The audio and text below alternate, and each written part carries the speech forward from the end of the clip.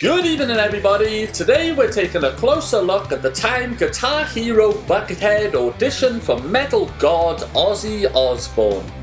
Woo! The taste of bats is very salty.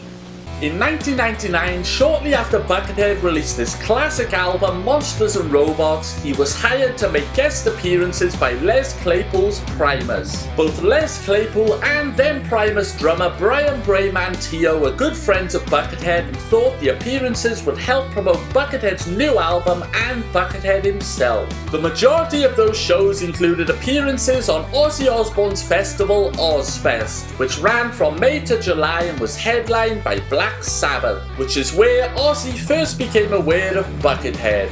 Folks just call him Buckethead.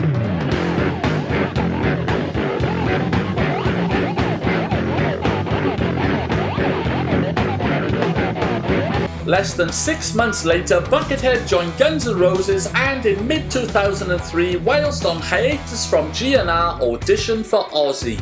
At the time, Ozzy was looking to tour and record a covers album for his 4-disc box set, The Prince of Darkness. Buckethead auditioned alongside ex-Metallica bassist Jason Newsted, who had just joined Ozzy's band.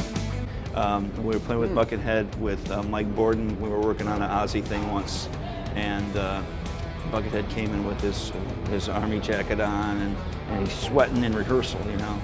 And I'm like, bro, you take your jacket off, man. He's like, I like to feel like I'm at war. I'm like, dude, you're okay with me. You're okay with me from now on.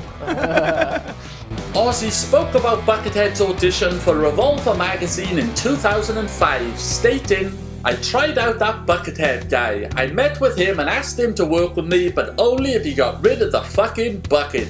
So I came back a bit later and he's wearing this green fucking Martian's hat thing. I said, look, just be yourself.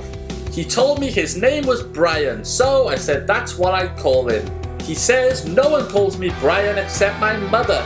So I said, pretend I'm your mum then. I haven't even gotten out of the room and I'm already playing fucking mind games with the guy.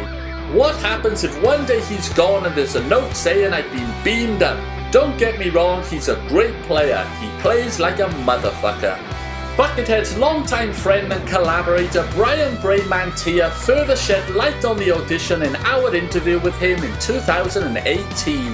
I just think it didn't work out. I think Ozzy in the end Buckethead to take off the mask and all this stuff, and he's just like, this is who I am, don't you get it, kind of thing. Which is kind of surprising because you think Ozzy would have been like really into that kind of thing. Yeah, that's what threw me. Because I was like, wait, what? I would expect him to want this, Yeah. Just like, no, you should just be yourself. And Bucket was like, no, who I am. So it didn't really work out. But I think he jammed with him, and it was close to where I think he was going to be doing it.